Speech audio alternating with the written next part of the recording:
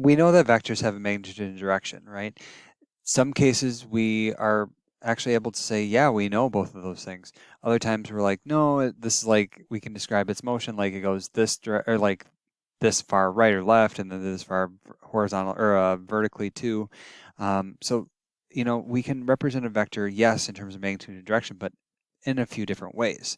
Okay, let's just take it in the pure and simple way, like we know its magnitude, we know its direction. Okay, so I'm going to draw just an example of this and kind of dissect some geometry out of it. Okay, so I'm putting this in the coordinate plane just to help us with visualizing. Okay, and I'm going to put the vector, oh, I don't know, let's say the vector is here. Here's vector v. Okay, and we know, again, we know the vector v's magnitude. Okay, so we know it has a certain magnitude and we know its direction. Okay, but what we want to know is, can we describe sort of its horizontal and vertical movement, okay, based on just knowing the magnitude and direction? And my answer is, hell yeah, we can, right? This is a right triangle, okay? At least if we, take our axes as perpendicular to each other, okay? And so we're in a situation where we know, say, the hypotenuse, and then we know the angle, okay? So if I wanted to find, the other two sides, just use normal trig, okay? So if I'm interested in finding, let's say, let's just call these, let's call this A and B, as I have it in my diagram, just for consistency, A and B, okay? How would I relate A to the known information, to the effectively the hypotenuse and the angle? Cosine. I can do cosine of theta is equal to the adjacent side A over length of the hypotenuse, which is V, okay? And then I would want to know A, so I just solve. So A is equal to magnitude of V cosine of theta. Yay, that's fun. And then similarly, I can say that sine of theta is equal to B over magnitude of V, okay? And then again, I want to solve for B, so I want to say that B sine theta, or sorry, rather, magnitude of V times sine theta is equal to B, okay? So I have ways to represent the horizontal component and the vertical component of a vector. That's fun, okay? So I'll just mention that there. Magnitude of its horizontal component is magnitude of V cosine theta. Magnitude of V, sine theta would be its vertical component. Okay, and actually some other math that you can derive too. We'll see more of this later, but we talked about to find the length of a vector. If we wanted to find the hypotenuse, it would just be the Pythagorean theorem, right? So hypotenuse squared is equal to leg squared plus leg squared. Okay, square root all that, and then to find I'm going to say theta prime. Okay, if we know the components, so we would know what B and A are in this case. We could do arctangent. Okay, but my little caveat is I want to have you do the absolute value of this to get the reference angle, and then you'll have to adjust based on the quadrant that you're in. Okay, so get the reference angle and then go from there. All right. So just as a quick example, if we want to figure out, the magnitude of the vector's horizontal and vertical components, right? We would just say like horizontal, we would do magnitude. So again, this is magnitude times cosine of the angle of the direction. Oops, 7 pi over 6, not 16. And then vertical would be a times sine of 7 pi over 16, or 7 pi over 6. Okay, and then we have to pull out our unit circle or whatnot. This would be negative 8 square root 3 over 2, which is just negative 4 root 3. And then vertically, this would be 8 times negative a half, which gives you just negative 4. Okay, so there we go. And we could use that for later purposes. Okay, now sometimes our work with vectors, it's nice to have horizontal and vertical components, but oftentimes, especially when you're in physics, our components get a little, I'm going to say, tilted, okay? And let's see what this means. So in an example where we have a block that's being pulled up a frictionless ramp, okay? So I'm going to say, okay, here is the ramp, okay? So here's the block, and for ease, I'm just going to make the block into a dot. I mean, maybe the ramp is huge and then the block really is just a dot, okay?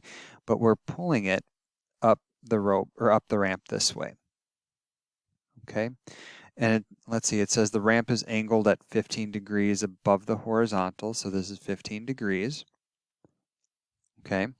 And then we want to know how much force is needed to move the block up the ramp. Okay, we don't know how far, we just need to say, okay, we need it to move, okay? So how in the world do we do this? Okay, I mentioned something about the components being tilted, okay? And here's how things get tilted, all right? So we're taking up the ramp as being a positive direction, okay? And down the ramp would be a negative direction, okay? So what we're doing is sort of saying, okay, one axis is parallel to the ramp, okay? So that's one axis. And the other axis, I mean, when we construct an XY axis, the other axis has to be perpendicular, okay? So see how our axes become tilted? So like, think of this as our, I'm not going to say this is the x-axis, but it's kind of like the x, and this is kind of like the y-axis as well, okay? That actually isn't relevant for this problem, but just giving you an idea, okay? So that's our new set of axes, okay? But then we still don't know what we're doing, right? So there's this other information given to us about the block, okay? An 80-pound block. Okay, so there's this 80-pound block. 80 pounds is it's a weight, right? It's a force and gravity acts straight down. Okay, so I'm going to say that this is a weight, and I'm going to symbolize it using a vector W. Okay, but in this system, I typically think, I mean, in most systems, right, down is typically negative, so I'm going to call this a negative W.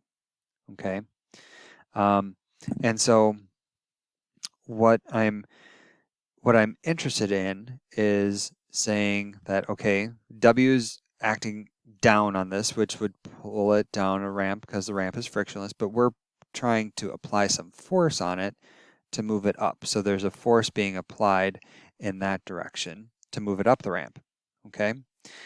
The question is, how much is that force, okay?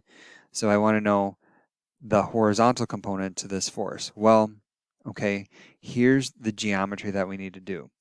If W is down here, okay, its positive counterpart is going to be up here. Okay, so this is W. Okay, what I want to know is that this, so W is, if W is here, okay, I want to know the horizontal component. I'm going to write this out. Horizontal component to W, okay, I want to know, want to show, okay, want to show that horizontal component of W is equal to a number. Okay, I want to know what that number is.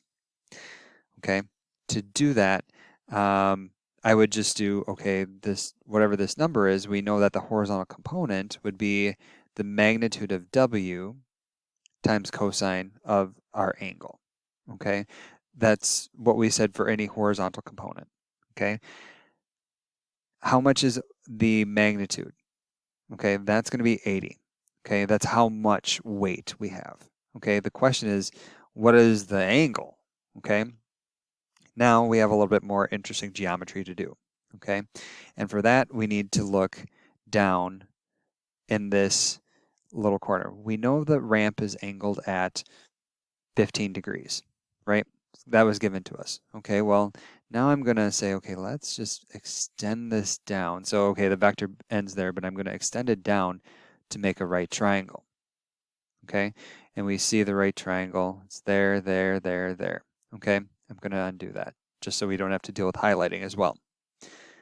Okay, so there's our right triangle. We know this angle down here, this acute angle is 15. We know the right angle, so that makes the angle in here, and I'm going to try and draw this clearly, in there, that's going to be 75 degrees. Okay, everything has added to 180. That's how I got it. Okay, now, okay, that is the angle right there next between like the ramp and negative W, but we want this angle in here. Okay, this requires a little bit of geometry, but the 75 would be a vertical angle to the theta, and vertical angles are all the same. So theta is equal to 75 degrees. Okay, so in all, okay, I'm going to say that the number that I'm searching for is 80 cosine of 75 degrees. Okay, and if I type that in a calculator, I get approximately 20.7. And then in terms of values, this would actually have the same units as the 80. So this would be 80 or 70 or 20.7 pounds. Okay. I'll write my sentence. Let's see. 20.7 pounds of force is needed. Okay. To move the block up the ramp. There we go. Okay, just to recap, how did I do this? First, I treated the block as a dot, okay?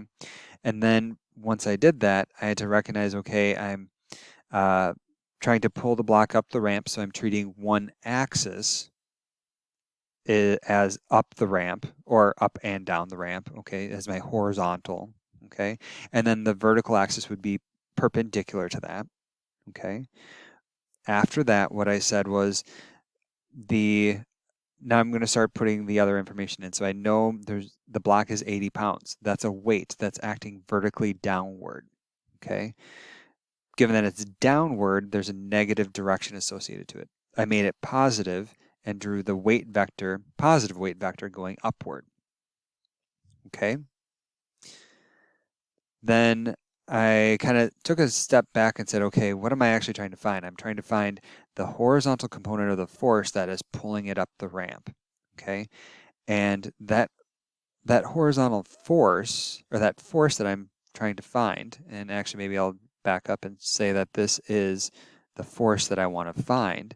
It's the horizontal component of W. And we said horizontal component is given by magnitude times cosine theta. So I know the magnitude is how much force I have, how much weight I have. Block is 80 pounds. Okay, fine.